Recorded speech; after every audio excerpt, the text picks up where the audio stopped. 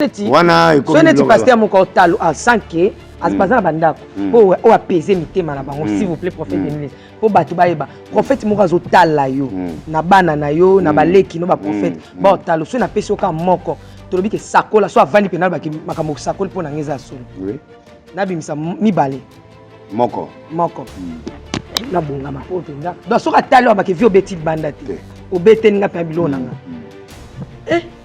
merci Nikis, est-ce que tu comprends un prophète? Ça va?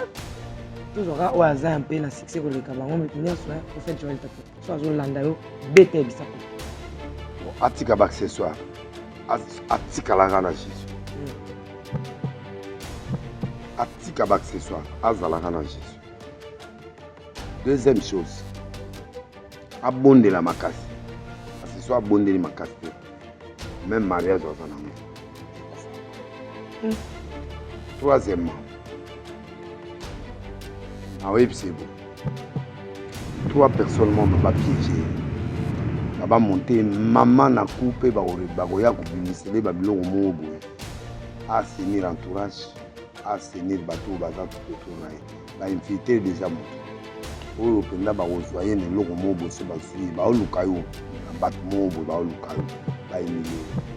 gérer l'entourage. Ce que gérer, et là, on est au sein de moi.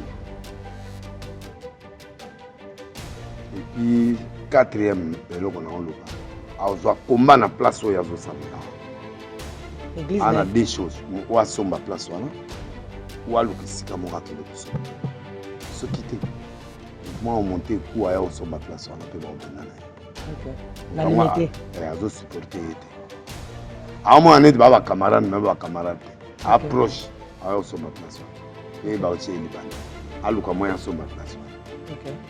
Cinquième, le accident. Accident? Parfait, je vais t'attention l'accident. A prier ma casse. Si vous priez, c'est accident, moi, je vais vous dire. Et il y a la ville qui a fait l'accident. Et si vous avez dit, dans nous autres. Oui. Priez pour que vous ayez comment est l'accident? Et puis, dernier élément. Il y a quelqu'un mon corps va préparer et va causer un engagement à battre. Comment nous montons fondé à humilier ma casse. On a bon. Tikala no kana nkolo. Merci. Merci beaucoup prophète. 2023. 2024. Tilikolo, ils ont année où Zamba préparé qui y na plan na y a comme c'est grand.